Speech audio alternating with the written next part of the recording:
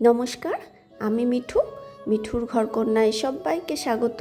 সবাইকে সুপ্রভাত জানিয়ে শনিবারের ব্লগটা নিয়ে দেখো, খুব সকাল সকাল চলে আসলাম। সকালবেলা উঠে যে কাজগুলো আমি করি সেই কাজগুলো সব করা হয়ে গেছে। গাছের ফুলগুলো তুলে নিয়েছিলাম, তারপর চাটা করে নিলাম।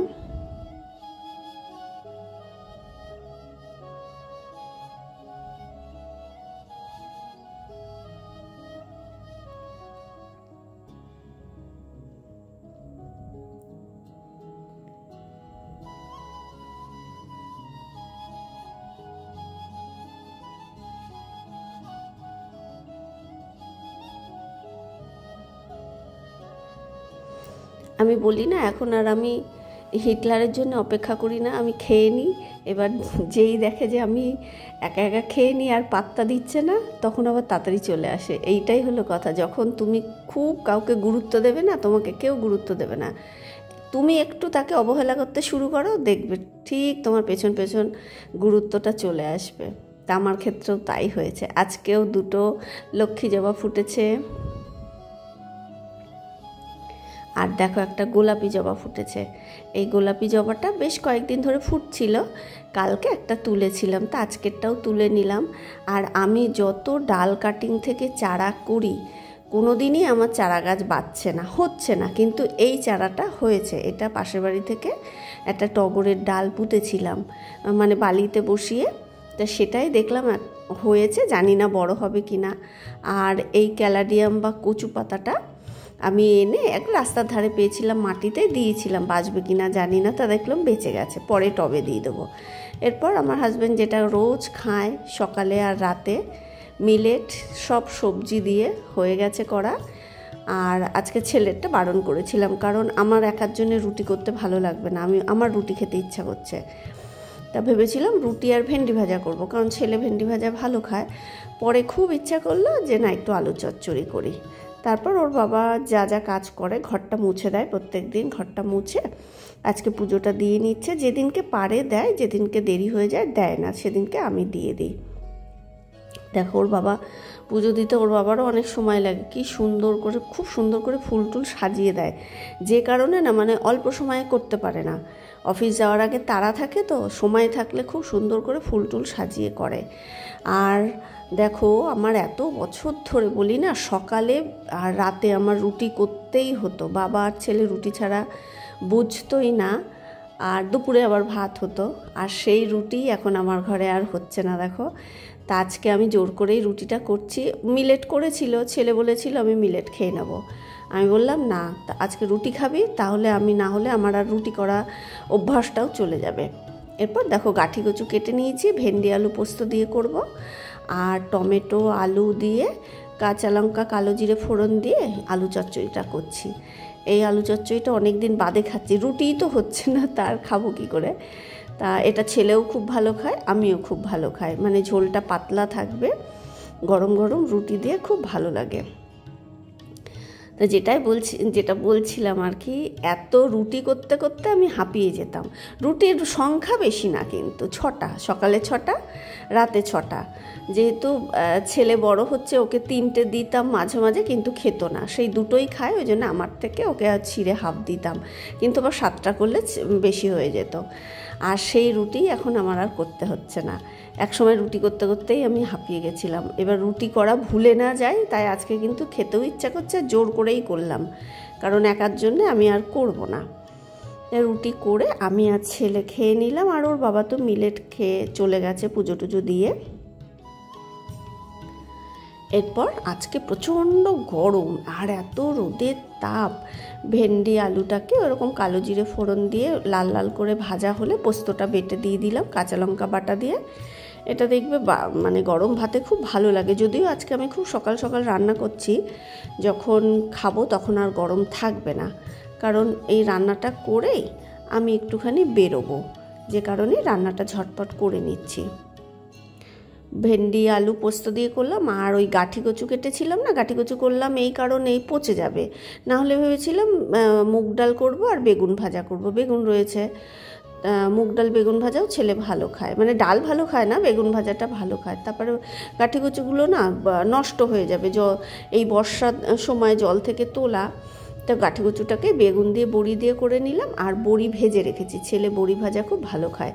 রান্না করতে করতে একটা বাক্স আসলো, পার্সেল আসলো। এবার কী জিনিস আমাকে বলেও না আগের থেকে আমার হাজব্যান্ড, যখন ওই পার্সেল আসে তখনই ফোন করে, ওটিপিটা আর কি বলে আমাকে, হোয়াটসঅ্যাপে দিয়ে দেয় ফোন করে, যে আর এটা সকালবেলা আরও আগে এসছে। তা আমি খুলে দেখলাম, এটা এখনও আমি বুঝতেই পারছিলাম না যে কী জিনিস। তারপরে অবশ্য বাবা যখন আসলে রাত্রে জিজ্ঞাসা করেছিলাম, এটা হচ্ছে বাথরুমে যে জালিটা থাকে না, ওই জালিটাকে আর কি ঢাকার জন্যে, তাহলে চুল টুলগুলো এটাতেই আটকায়, এটা কিছুদিন বাদে বাদে তুলে দিলেই হয়। ভাবো এইসবের কোনো দরকার আছে? কোনো দরকারই কিন্তু পড়ে না। এরপর বাক্সটাও, মানে আমি প্রথমে ভেবেছিলাম বই বোধহয়, আমি জিজ্ঞাসা করেছিলাম ওর বাবাকে কী আছে, প্রচণ্ড ভারী বই? আমাকে কিন্তু হ্যাঁ বললো হ্যাঁ। আমি জানি ছেলের জন্য তো বই আসতেই থাকে অনলাইনে। তারপরে আমি কাটলাম, কেটে দেখি সেই মিলেট, এখনও কিন্তু মিলেট শেষ হয়নি, অনেকটা আছে, কিন্তু আবার মানে এই যে 5 কিলো আর কি, 5টা এরকম প্যাকেট আছে, মানে এটা 5 কিলোর। আর 5টা কিন্তু এক রকমের হয় না, এক একটা এক এক রকম। কোনোটা একদম মানে সর্ষে যেমন হয় হলুদ রঙের, ওরকম হলুদ, কোনোটা একটু কালচে, কোনোটা একটু সাদাটে, মানে 5টা এর আগে যখন এসেছিলো এরকম 5 প্যাকেট, সব কিন্তু এক টাইপের হয় না। তা যাই হোক, এখন এই মিলেট চলবে আমার ঘরে। আর আমাকে তো মানে বলছি না, আমার মাথা খেয়ে ফেলছে যে আমি নাকি মিলেট খেলে সকাল আর রাতে যদি খাই, বলছে সকালে খাও, রাতে খাও, দুপুরে ভাত খাও, তাহলে তোমার পায়ের ব্যথা, কোমরের ব্যথা টাথা সব কেটে যাবে।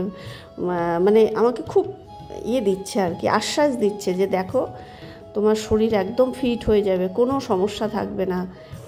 নিজেরও নাকি অনেক কিছু ঠিক হয়ে গেছে, এই 1 মাস ধরে খাচ্ছে। তা আমি শুনেও না শোনার ভান করছি। এবার কি বলো তো, একটা জিনিস একরকমভাবে আমি অভ্যস্ত আছি, ফট করে আর একটা জিনিসে মানে আমার নিজেকেও তো ভাবতে হবে না। তা আমি বললাম তুমি খেতে থাকো, তুমি আগে সুস্থ হও। আমি আবার অন্যভাবে বলি, আমি বলছি শুধু শারীরিক সুস্থ হলে হবে না, মানসিকভাবেও সুস্থ হও। তুমি যেই জিনিসগুলো করো আমার সঙ্গে ঝগড়াঝাটি, সেই জিনিসগুলোও দেখি মিলেট খেয়ে যদি বন্ধ হয়, তাহলে আমিও মিলেট খাওয়া শুরু করব। তাই এগুলো বললে না আবার খেপে যায়। এরপর রোদ দেখেছো, কড়া রোদ। আর আজকে সকালে আমি আর আমার হাজবেন্ড মিলে কয়েকটা পর্দা খুলে রেখেছিলাম, ও 2টো খুলে দিয়েছিল, আমিও কটা খুলেছিলাম, যে পর্দাগুলোকে আগে আমি না একটু গরম জলে ভিজিয়ে রাখি, হালকা গরম জলে সার্ফ দিই, তারপর মেশিনে দিই। এবার পরে আর কি মনে পড়েছিল যে পর্দাগুলো গরম জলে ভেজাতেই ভুলে গেছিলাম। আর আলমারি থেকে কয়েকটা শাড়ি বের করলাম, তসরগুলো আর কি দিচ্ছি।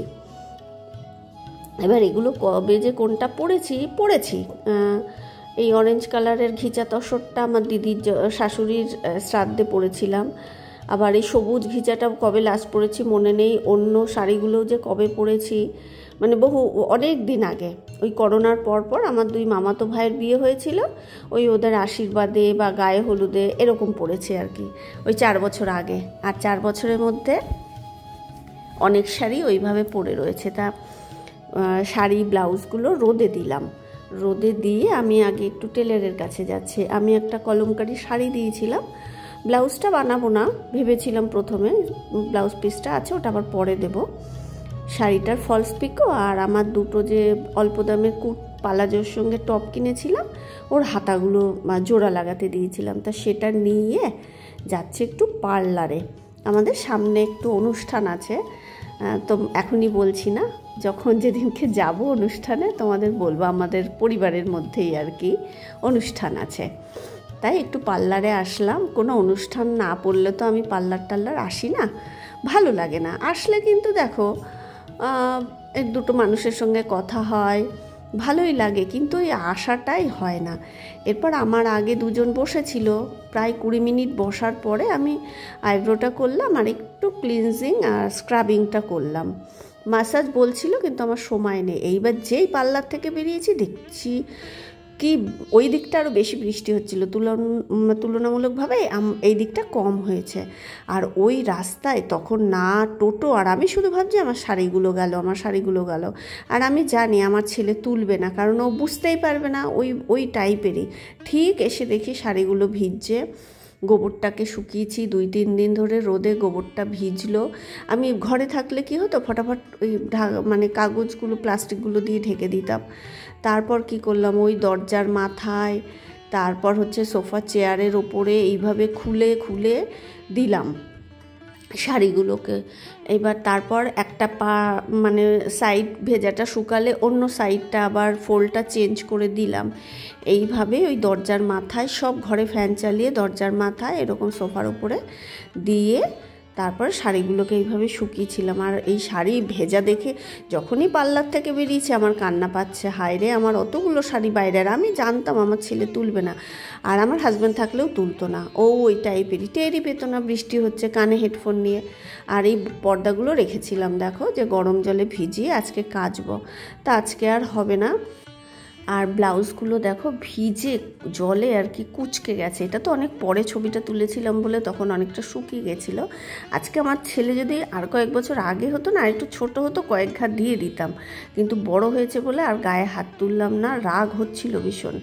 আর এই কলমকারি শাড়িটা আর কি ফলস পিকো বসাতে দিয়েছিলাম, আর এই টপ দুটো হাতা জোড়া লাগাতে দিয়েছিলাম। আর ভিডিও তুলতে পারিনি, মাথাও গরম ছিল। তাহলে আজকের মতো ভিডিওটা এখানেই শেষ করছি। কেমন লাগলো প্লিজ একটু কমেন্ট করে জানিও। ভালো লাগলে ভিডিওটা লাইক করে আমার চ্যানেলটা সাবস্ক্রাইব করে দিও। সবাই খুব ভালো থেকো, সুস্থ থেকো, টাটা।